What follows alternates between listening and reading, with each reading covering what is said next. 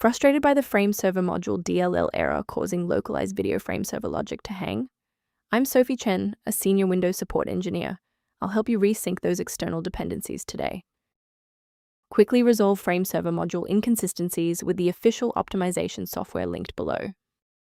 This is the Frameserver module, a specialized library used to pipe raw video frames from a video editor like Sony Vegas directly to an external encoder like MeGUI. If missing, the automated encoding process will report connection to Frameserver failed, preventing any video rendering.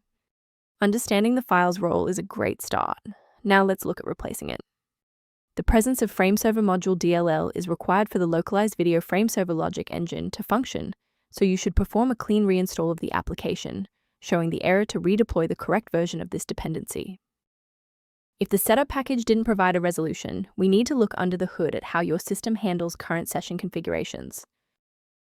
A simple restart can resolve file-in-use errors that mimic a missing Frameserver module message.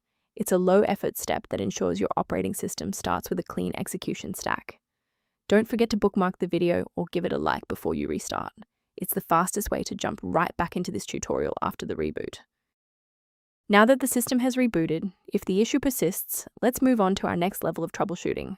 Feel free to pause the video if you need a moment.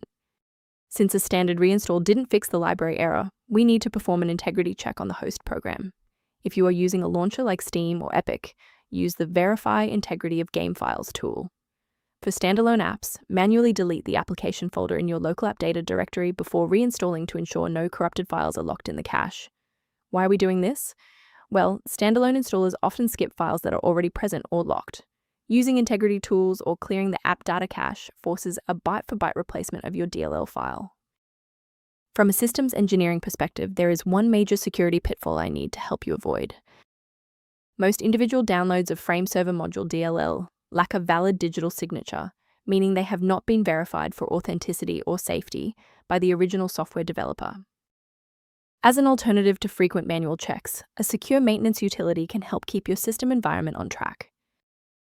To reduce startup overhead, the suggested system resource below includes information on managing Frameserver module. If Frameserver module is back online, please consider subscribing. It's the best way to support our mission of providing safe, verified technical solutions.